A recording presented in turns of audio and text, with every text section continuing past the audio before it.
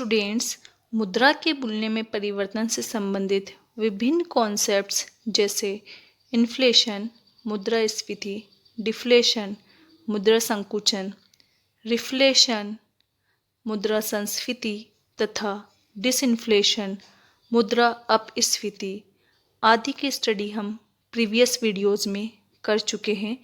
आज के इस वीडियो में हम स्टडी करेंगे स्टैगफ्लेशन अर्थात निस्पंद स्फीति की। फर्स्टली हम देखते हैं कि स्टैगफ्लेशन अर्थात निस्पंद स्फीति होता क्या है और इसकी शुरुआत कहाँ से हुई। द्वितीय विश्व युद्ध के पश्चात तीव्र विकास के साथ 1960 के वर्षों में तथा मुख्यतः 1973 के बाद संसार के कई विकसित तथा औद्योगिक देशों की अर्थव्यवस्थाओं में मुद्रास्फीति एवं मंदी अर्थात बेरोजगारी दोनों के लक्षण एक साथ देखने को मिले, जिसे स्टैगफ्लेशन अर्थात निस्पंद स्फीति की संज्ञा दी गई। अर्थात स्टैगफ्लेशन क्या है? स्टैगफ्लेशन से अभिप्राय किसी अर्थव्यवस्था में उस विचित्र एवं विरोधाभासी स्थिति से है जिसमें आर्थिक निष्क्रियता या शिथिलता अर्थात इकोनॉमिक रिसेशन तथा मुद्रास्फीति अर्थात इन्फ्लेशन दोनों के लक्षण एक साथ मौजूद रहते हैं। चूँकि इस स्थिति में अर्थव्यवस्था में आर्थिक गिरावट अर्थात स्लम्प तथा मुद्रास्फीति अर्थात इन्फ्लेशन दोनों ही स्थितियाँ एक साथ मौजूद रहती है, अतः इस स्थिति को कुछ विद्वान शिथिलता मिश्रित स्फीति अर्थात स्लम्पफ्लेशन की भी संज्ञा देते हैं। अर्थात स्टैगफ्लेशन क्या है? सिंपली स्टैगफ्लेशन है इन्फ्लेशन प्लस इकोनॉमिक रिसेशन अर्थात कीमतों में वृद्धि और बेरोजगारी दोनों ही स्थितियाँ एक साथ विद्यमान हो तो इसे हम स्टैगफ्लेशन कह सकते हैं। डॉर्नबुश तथा फिशर ने स्टैगफ्लेशन को परिभाषित करते हुए लिखा है कि स्टैगफ्लेशन अर्थात निस्पंद स्फीति उस समय उत्पन्न होती है जब मुद्रास्फीति बढ़ती है तथा उत्पत्ति की मात्रा या तो घटती है अथवा कम से कम बढ़ती तो नहीं है। इस परिभाषा से ये स्पष्ट है कि निस्पंद स्फीति में दो लक्षण विद्यमान रहते हैं।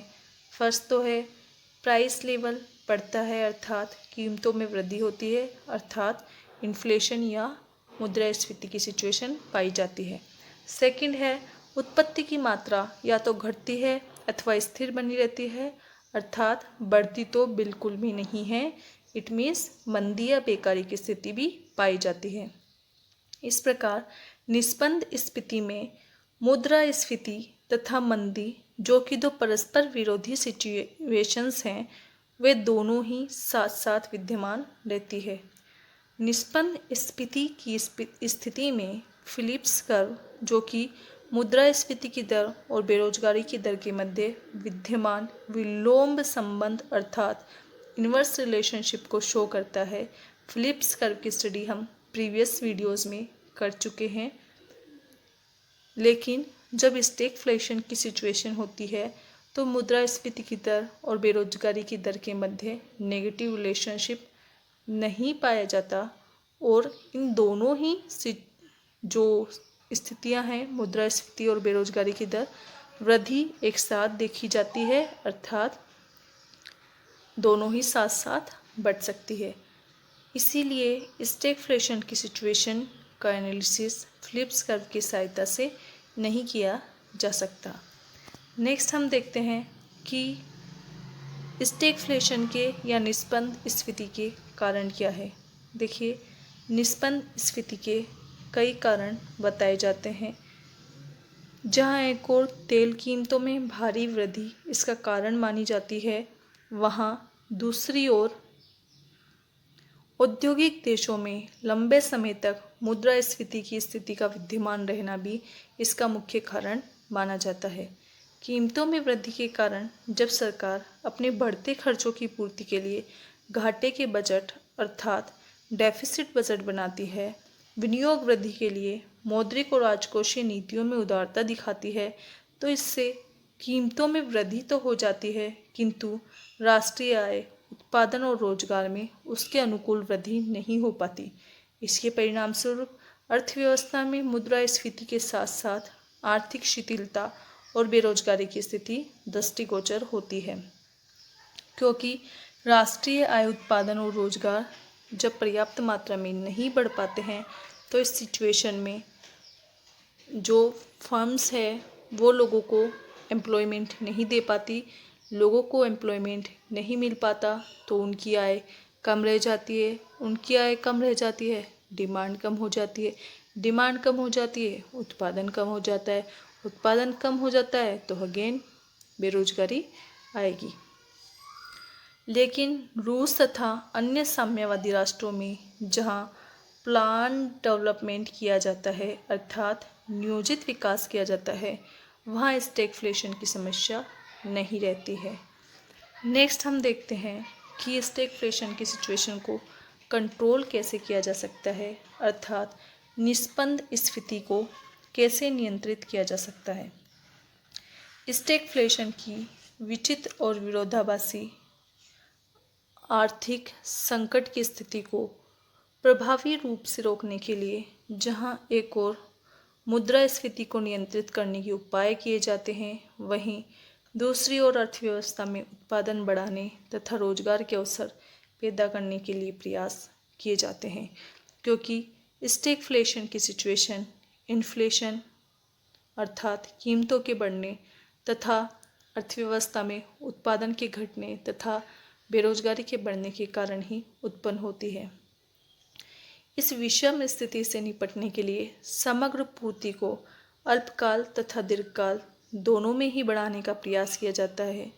आयकर में कटौती तथा रियायतों से उत्पादन की खपत और मांग बढ़ाने से उत्पादन बढ़ाने की कोशिश की जाती है, क्योंकि जैसे ही इनकम टैक्स में कटौती होती है, लोगों के पास में व्यय योग्य आय या व्यय योग्य मुद्रा बढ़ जाती है, और जैसे ही आय बढ़ती है लोगों के पास में तो उनकी डिमांड भी बढ़ जाती है, और डिमांड बढ़ने से उत्पादन बढ़ता है, एम्प्लॉयमेंट बढ़ता है, इनकम बढ़ती है। इसी प्रकार से जैसे कि उपभोक्ताओं को रियायतें दी गई है, उत्पादकों को भी कई प्रकार की रियायतें या रिलैक्सेशंस दिए जाते हैं, जैसे कि बैंक की ब्याज दरों में कटौती कर दी जाती है, जिससे वे आसानी से लोन लेकर इन्वेस्टमेंट कर सकते हैं। अप्रत्यक्ष करों में रियायतें दी जाती है, अर्थात इनडायरेक्ट टैक्स डिक्रीज कर दिया जाता है, जिससे उनका प्रॉफिट बढ़ जाता है। उत्पादन वृद्धि के लिए अनुदान दिए जाते हैं। अर्थव्यवस्था में इंफ्रास्ट्रक्चर के डेवलपमेंट के लिए विद्युत, परिवहन और संचार सेवाओं का तीव्र गति से विकास किया जाता है, और आर्थिक उदारीकरण की नीति को मूर्त रूप दिया जाता है। विदेशी पूंजी निवेश, प्रौद्योगिकी तथा विदेशी व्यापार को बढ़ाने के भी प्रयास किए जाते हैं। भारत में भी मुद्रास्फीति को नियंत्रित करने के साथ साथ उत्पादन, रोजगार तथा लोगों की आय बढ़ाने के प्रयास इस दिशा में किए जाते हैं। इस प्रकार ये हुआ स्टैगफ्लेशन का एनालिसिस। इसके अलावा मुद्रा के मूल्य में परिवर्तन से रिलेटेड एक कॉन्सेप्ट और है, जिसे हम कहते हैं डीवैल्यूएशन अर्थात अवमूल्यन। अवमूल्यन होता क्या है? देखिए, जब कोई देश अपनी मुद्रा का मूल्य विदेशी मुद्राओं के रूप में जानबूझकर कम कर देता है तो इसे अवमूल्यन या डीवैल्यूएशन कहा जाता है। अवमूल्यन के परिणाम स्वरूप देश की मुद्रा की विनिमय दर विदेशी मुद्राओं के रूप में घट जाती है, अर्थात जब देश की मुद्रा के बदले विदेशी मुद्रा की मात्रा पहले से कम ली जाने लगे अथवा विदेशी मुद्रा के बदले देश की मुद्रा पहले से अधिक दी जाने लगे, तो ये दोनों ही प्रकार की स्थितियां अवमूल्यन या डीवैल्यूएशन कहलाएगी। इन्फ्लेशन, डिफ्लेशन, रिफ्लेशन, डिसइन्फ्लेशन और स्टैगफ्लेशन में जब हमने मुद्रा की बात की तो वहाँ हम घरेलू करेंसी की अर्थात अपने देश की मुद्रा की बात कर रहे थे।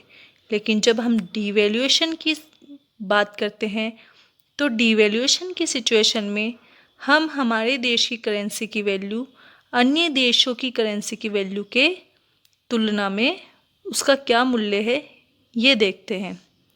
फॉर एग्ज़ाम्पल, डिवैल्यूएशन के लिए हम एक उदाहरण लें कि जैसे भारत की जो करेंसी है रुपया, अमेरिका की करेंसी है डॉलर, और इनके बीच में स्टार्टिंग में जो एक्सचेंज रेट है अर्थात विनिमय दर है वो है 1 रुपया बराबर 20 सेंट। सेंट क्या है? जिस प्रकार से हमारी करेंसी रुपया का स्मॉल पार्ट पैसा है, उसी प्रकार अमेरिकन करेंसी डॉलर का स्मॉल पार्ट या हम कह सकते हैं उसका छोटा अंश जो है वो सेंट है। तो स्टार्टिंग में हमारे देश की करेंसी अर्थात 1 रुपये की वैल्यू अमेरिका की करेंसी के 20 सेंट के बराबर है।